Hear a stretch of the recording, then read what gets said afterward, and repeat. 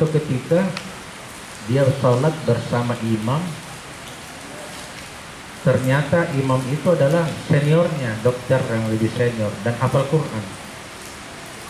Nah, ternyata dia di situ merasa, saya ini belum apa-apa, kesibukan saya hanya sekian, tapi ini pasti lebih sibuk.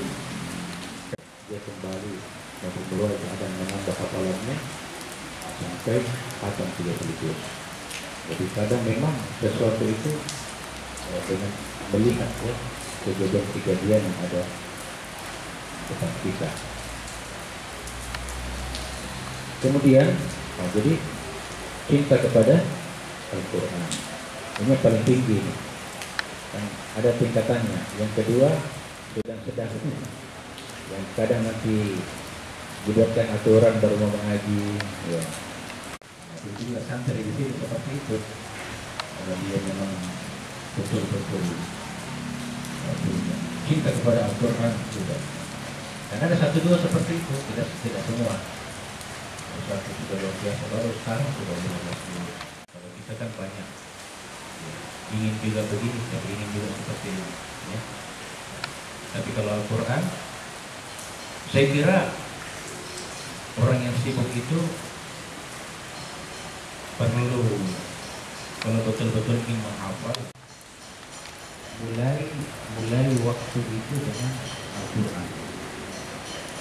Paling tidak itu walaupun 1 jam sehari, mulai dengan Al-Quran. Itulah sebagai orang sibuk. Jadi ambil satu waktu yang waktu itu penuh dengan berkah. Dan itulah kita disuruh sahur karena itu berkah.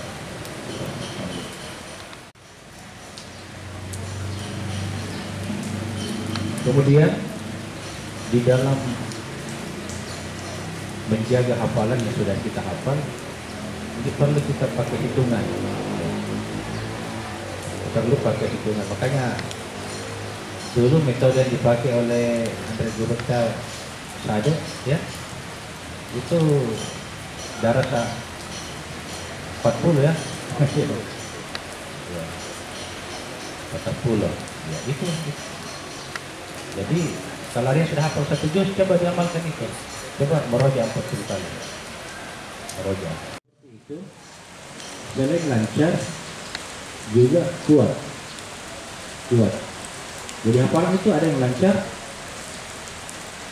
di atasnya itu kuat. Kalau kuat itu apa? Selain lancar bisa bertahan lama. Kalau kita baca, saya baca 100 kali dengan 500 kali, pasti beda. Mungkin sama-sama lancar, tapi ketika ditinggal, ibaratnya kayak lem ya, ada pakai lem. Kalau lem kertas ya cepat. Kekuatan itu ya, kekuatan hafalan ini sangat penting. Menghafal murojaah bebas saja ya. Kadang sudah selesai, apa lagi yang saya mau baca? Kan seperti itu biasanya. Apa lagi? Saya kira itu untuk pertanyaan pertama. Ya, baik, selanjutnya. Assalamualaikum warahmatullahi wabarakatuh. Kalau kesempatan yang sudah diberikan jadi untuk melakukan sesuatu pertanyaan saya yaitu kan di sekolah kami itu adalah sekolah negeri, sekolah umum. Jadi untuk tentang masalah tugas-tugas seperti kesibukan seharian tentunya menghambat ibadah dan murojaah kami. Selain itu ada faktor yang paling kuat menyebabkan hafalan kami kan. Hafalan kami itu kualitasnya menurun, seperti halnya menurut saya itu masalah istirahat. Jadi Ustaz, saya mohon penjelasan dan solusinya bagaimana agar kami terhindar dari masalah seperti ini.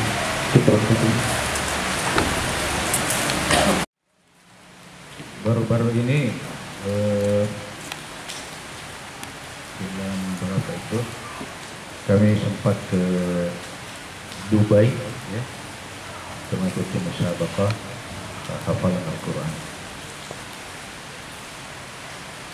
30 juz, ya, kurang lebih 20 darah, khusus hafizah perempuan. Ya. Yang juara itu rata-rata orang yang dari Afrika, kebanyakan. Dan kalau kita lihat negaranya itu dia minoritas. Ada salah satu saya wawancarai, saya tanya, bagaimana umat Islam di sana? Kami kasihan di sana.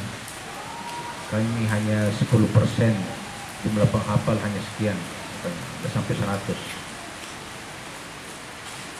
Tapi yang menarik karena orang-orang ini malah yang juara menghafal Al-Quran di tengah keterbatasan, di tengah gangguan keamanan. Ya, coba bayangkan kalau umat Islam berada di suatu daerah yang dia itu minoritas sangat kurang, ya, seperti negara-negara, apalagi beberapa negara itu masih kurang aman, tapi penghafalnya bagus-bagus.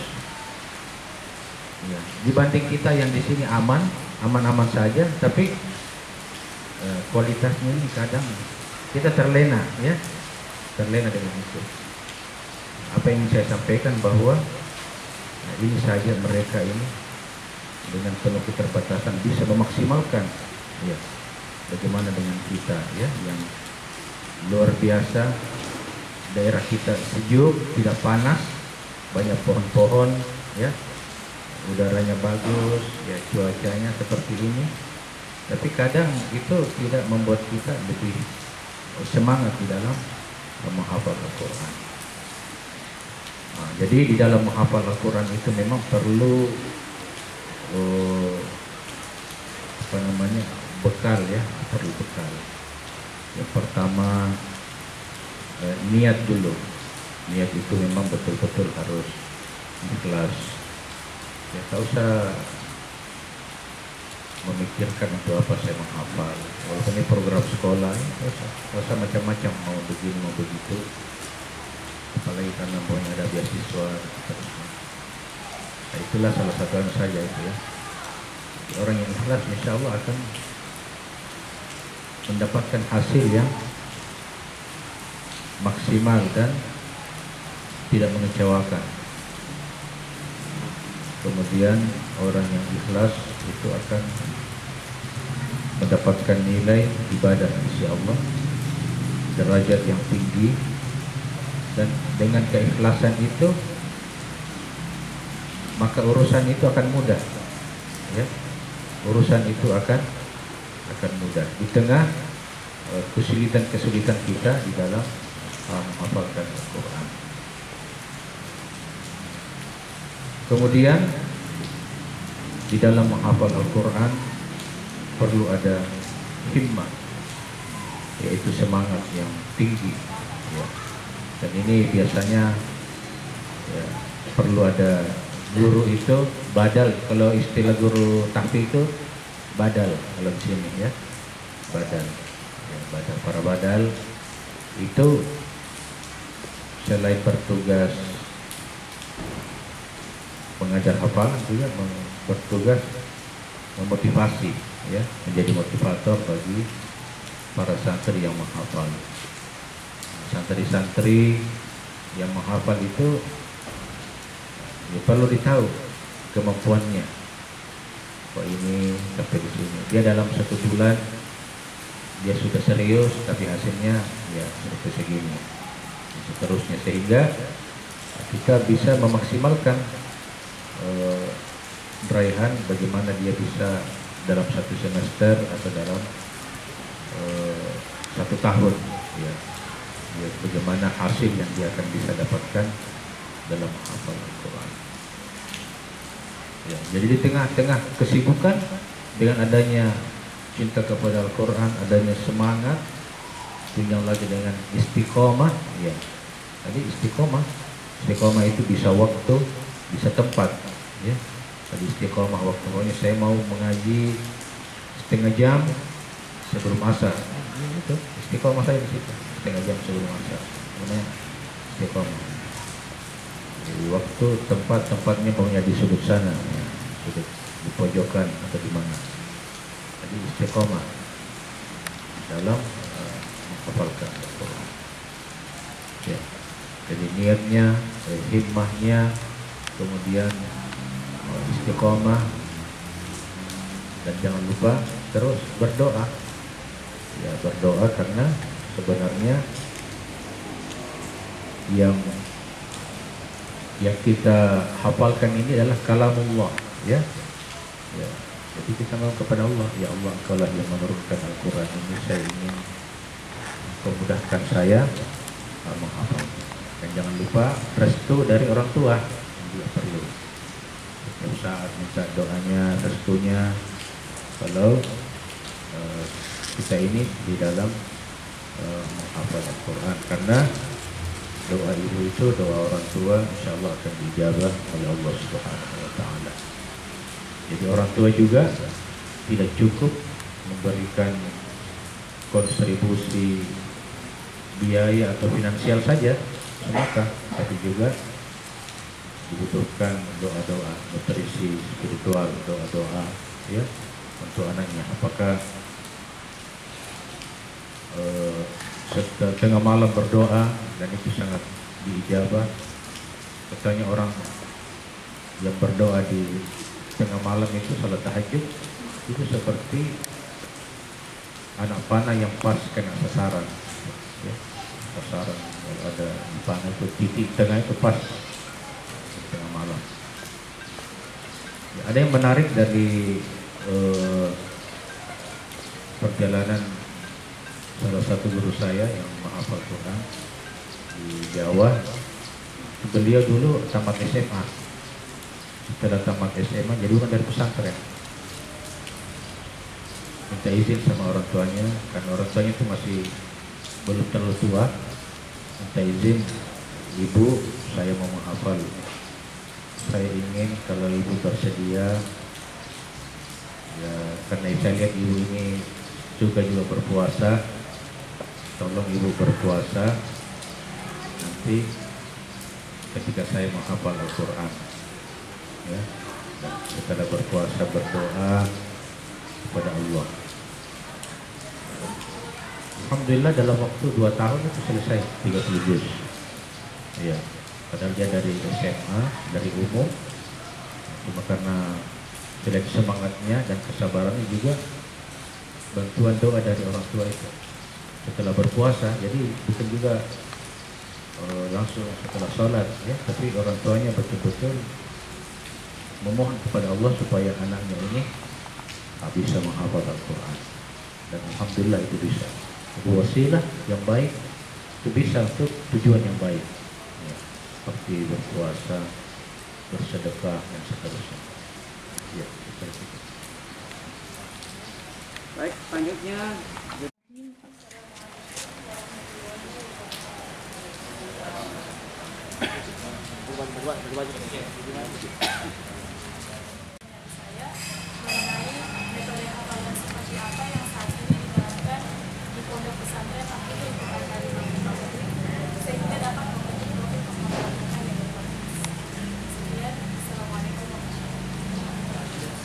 Dibanding juga apa yang saya terapkan di sini, saya ambil lagi. Kalau saya ke Jawa, kemana, jadi tidak ada apa namanya, tidak itu saja. Ada yang, selalu ada yang baru lah, ya, supaya pada terus seperti komunikasi ini perlu, karena sekarang ini sudah di era digital, ya, itu mau tidak mau arahnya ke sana. Nanti ketika mendata santri ini ke depan kadang terpaksa oleh orang tua akhirnya macam-macam di pesantren. Dan di pesantren ini proses. Ya, kalau kita masuk ke pesantren harus melihat bahwa pesantren itu adalah merupakan proses pembinaan. Bukan ustaz semua di situ. Kita sudah cari ustaz, ya. Makanya macam-macam di pesantren.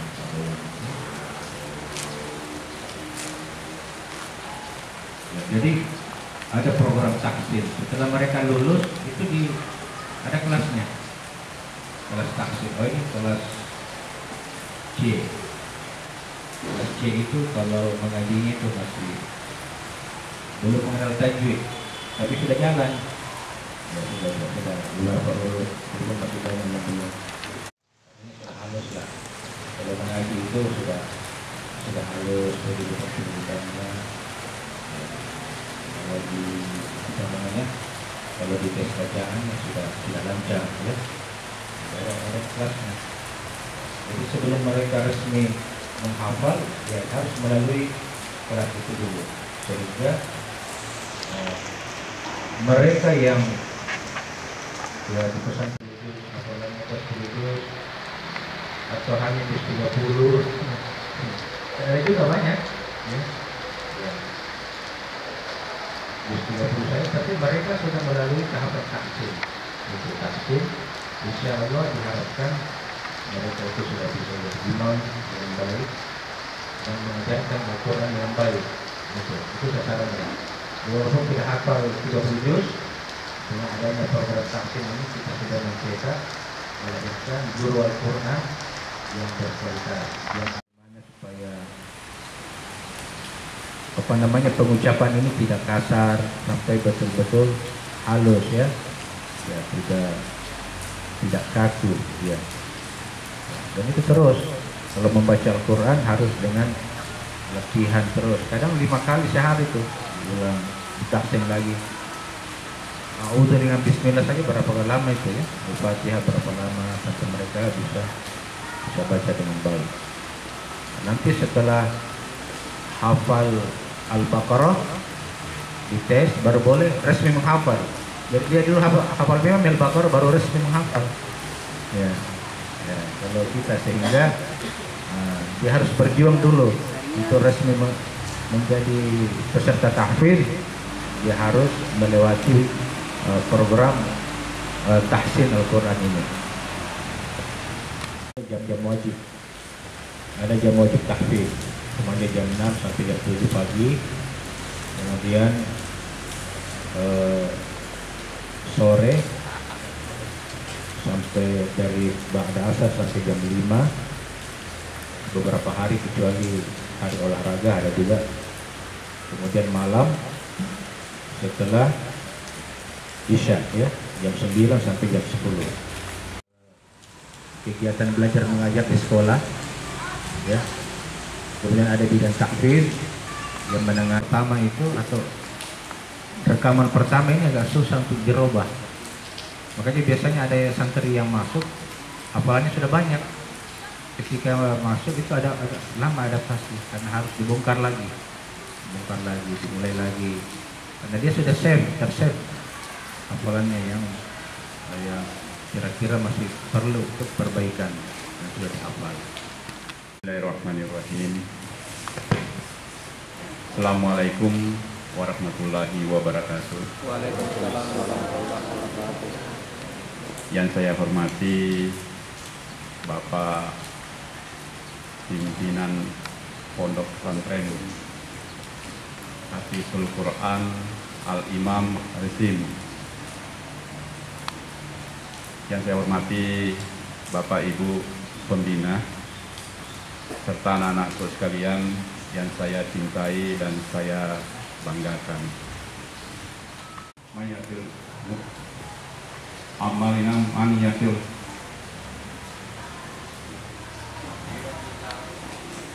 Alhamdulillah wa may yusrif fala hadiyalah, la ilaha illallah wa sallallahu Muhammadan abduhu wa rasuluhu wa ba'd. Jadi alhamdulillah kami memohon maaf Ustaz, saya pribadi tadi agak terlambat ya, karena kami tadi mengantar teman kami yang kecelakaan anaknya di daerah pesantren juga, di daerah pesantren Mangkoso. Jadi kami mengantar tadi ke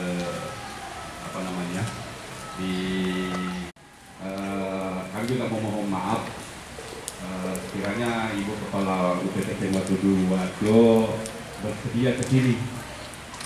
Iya, kebetulan ada acara mendadak kemarin yang ditugaskan dari provinsi Bapak pimpinan pesantren bahwa awalnya beliau bersedia tapi berhalangan karena kegiatan tersebut. Kemudian beda dengan yang terakhir ini. Ya, jadi model menghafalnya anak-anak kita ini termasuk yang hadir hari ini di sekolah 100%. Nanti setelah siswa, kemudian yang angkatan terakhir itu 36 siswa. Ya, Pak Ustaz, 36 siswa ya. Ya, itu pembinanya cuma 2 orang Ustaz. Jadi ini hanya Ustaz Muhammad Suyuti ya dengan Ustaz Saifullah. Nah, itu yang sebagai pembina utama. Iya, yang alhamdulillah beliau-beliau inilah yang istilahnya yang dengan semangatnya sehingga anak-anak kami ini setiap tahun bisa bertambah banyak yang berminat ke kelas tahfiz. Ya, walaupun tetap kami belajar di materi pelajaran umum, tapi anak-anak kami ini tetap dengan menjaga hafalannya walaupun dengan waktu-waktu yang terbatas. Jadi makanya alhamdulillah tadi Pak Ustadz sudah memberikan tips-tips ya, tips-tips untuk menghafal. Ya, inilah tujuan kami ke sini. Ya, bagaimana kita bisa mendapatkan ilmu dari beliau, dari pimpinan Pondok Pesantren Tahfidzul Quran, bisa memberikan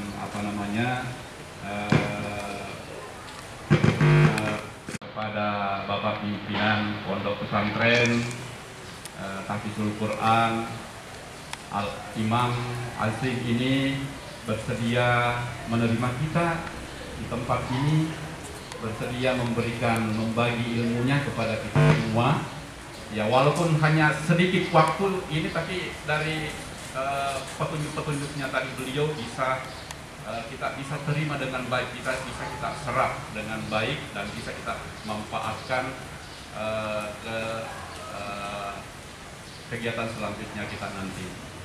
Ya, kemudian kami juga mengucapkan terima kasih Bapak pimpinan Pondok Pesantren telah memfasilitasi kepada kami ya tempat termasuk tempat pertemuan ini. Ya, alhamdulillah ya kita diterima dengan baik, alhamdulillah. Mudah-mudahan apa yang diberikan tadi kepada anak-anak kami bisa bermanfaat untuk kehidupannya, untuk penghafalannya ke depan. Saya kira demikian dari kami. Wabillahi taufiq wal hidayah. Assalamualaikum warahmatullahi wabarakatuh.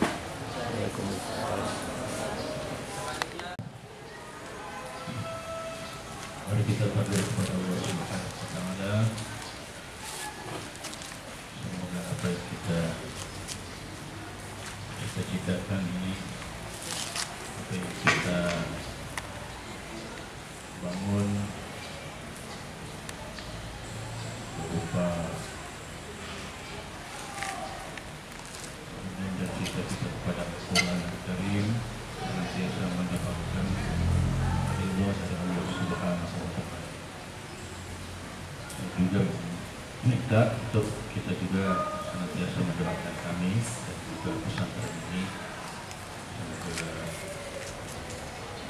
melahirkan terus generasi-generasi yang baik, yang berilmu, yang berakhlak, dan juga senantiasa mengamalkan apa yang kita dekat kepada Allah Subhanahu wa Ta'ala. Al-Fatihah.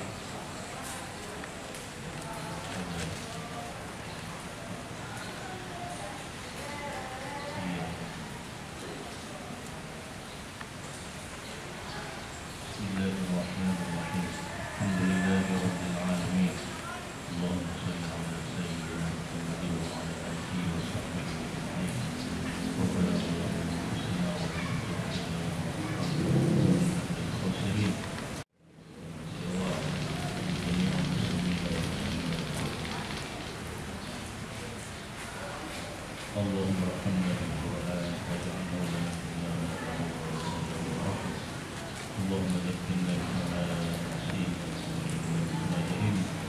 وارزقنا تلاوته آناء الليل وأطراف النهار يا رب العالمين.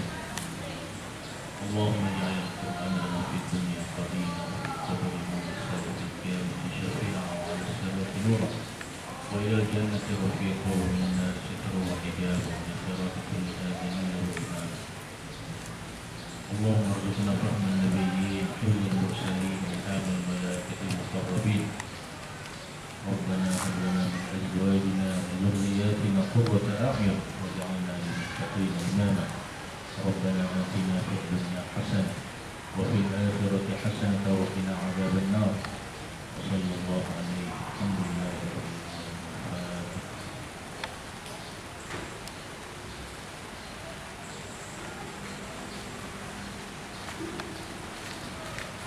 Saya juga mengucapkan terima kasih atas kehadiran kita, kedatangan kita, kunjungan Bapak-bapak Ibu pesantren Al-Qasim, dan juga permohonan maaf yang sebesar-besarnya apabila banyak hal-hal yang kurang berkenan. Dan kami juga berharap agar kunjungan ini bukan kunjungan yang pertama, bukan kunjungan yang terakhir. Ya, kalau merupakan kunjungan pertama, walaupun nanti kita satu grup begini, kita pribadi datang dan juga terbuka untuk kita semua apabila ada hal yang mungkin nanti ada yang ingin kita sama-sama bicarakan terkait dengan tafsir Al-Quran. Ya, dan ini bukan kebiasaan kita. Allah kita senantiasa dipertemukan kembali dengan Allah Subhanahu wa Ta'ala. Allahumma bihi waqtil qarib. Assalamualaikum warahmatullahi wabarakatuh.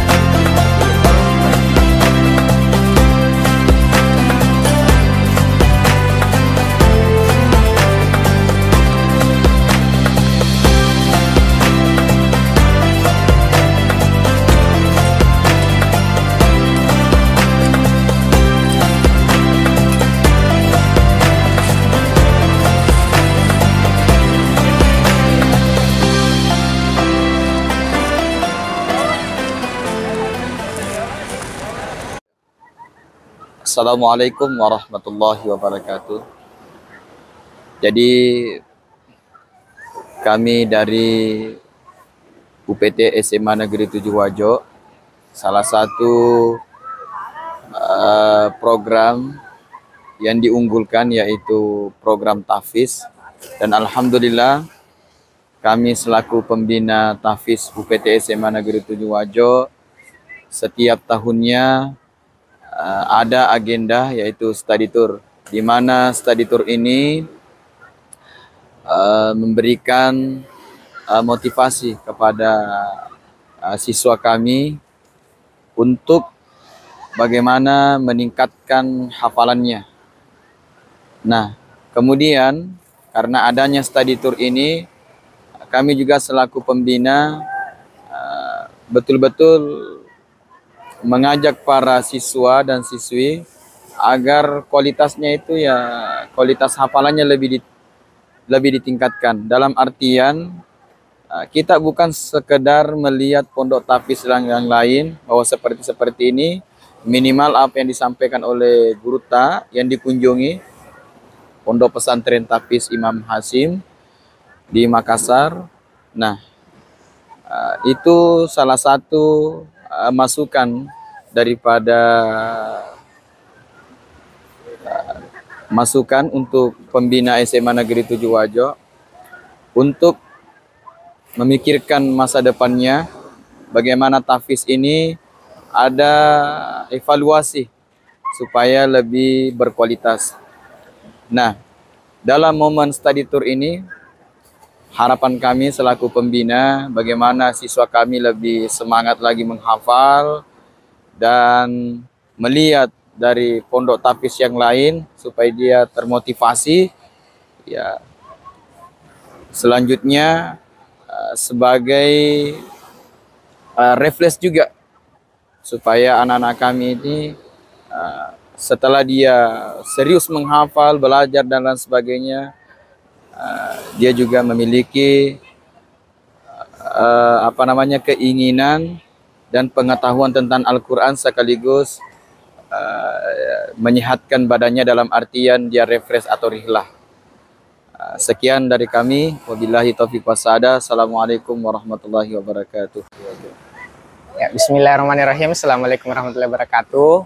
Ya, kami atas nama Bas Ilham Rasid Yusron selaku alumni SMA Negeri 7 Wajo dan pernah diberikan amanah untuk mengemban sebagai ketua Rohis, sangat bersyukur dan sangat merasa luar biasa atas kehadiran organisasi tahfiz ini. So far hari ini kita bisa melihat perkembangan yang sangat luar biasa. Adik-adik juga bisa berkenan dan berjuang untuk sama-sama berjuang hampir jauh sekali daripada kami di kala masih menjabat.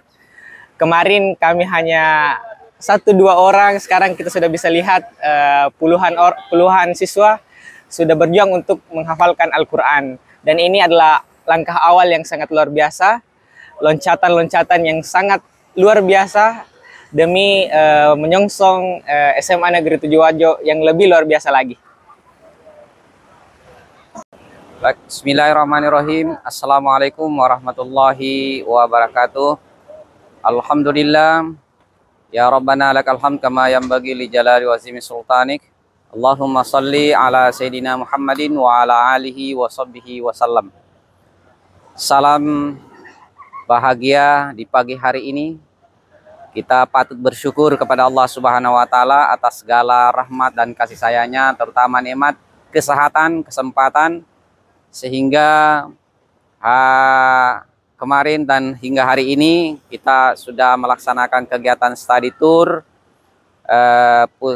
tepatnya di Pondok Pesantren Mahad Al-Imam Azim Makassar.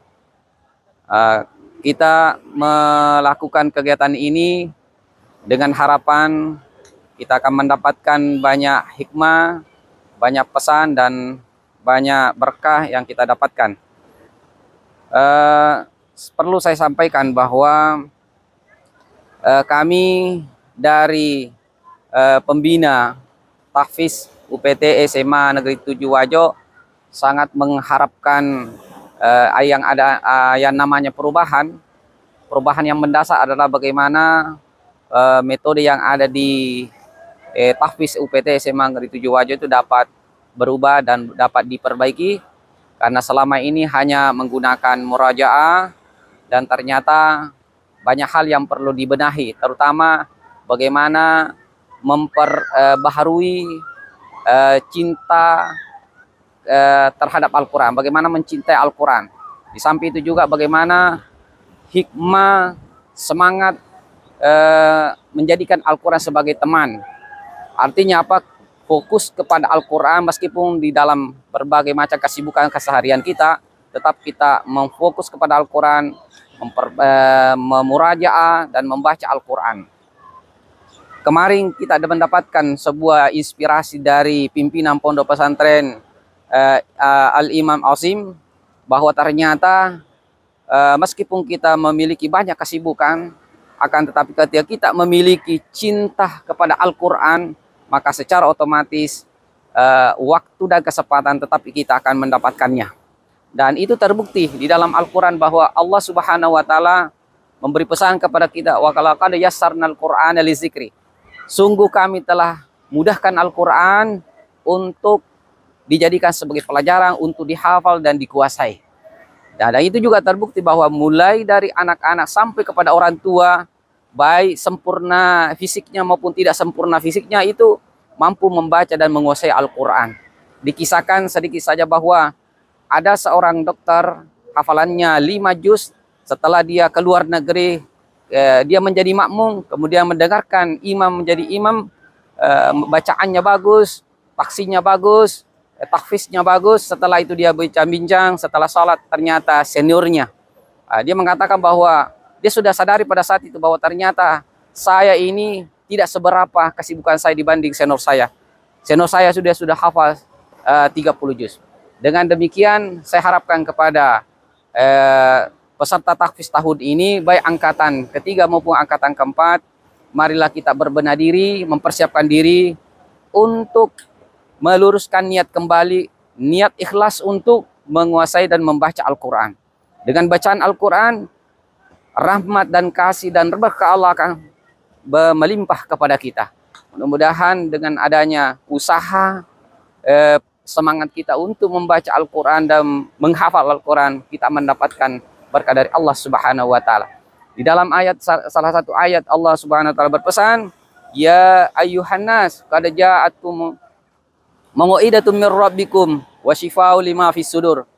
Bahwa hai manusia, telah datang kepadamu sebuah pengajaran, di dalamnya terdapat pelajaran, di dalamnya ada syifa, di dalamnya ada rahmat. Ketika kita sudah mendekati itu, insya Allah kita akan termasuk golongan orang-orang yang bertakwa, mendapatkan rahmat dan kasih sayang Allah Subhanahu wa Ta'ala. Sebagai kesimpulan pada kesempatan ini, saya sampaikan kepada peserta tahfiz, mudah-mudahan apa yang kita terima hari ini kita aplikasikan dalam kehidupan kita, sehingga kita bisa menjadi generasi cinta Al-Quran dan menjadi pribadi dan memiliki profil yang berkarakter, terpuji, dan berusaha menghindari hal-hal yang tercela, hal-hal maksiat, karena itu akan mengurangi kekuatan, daya tahan hafalan yang sudah kita miliki. Terima kasih. Saya ucapkan Assalamualaikum warahmatullahi wabarakatuh.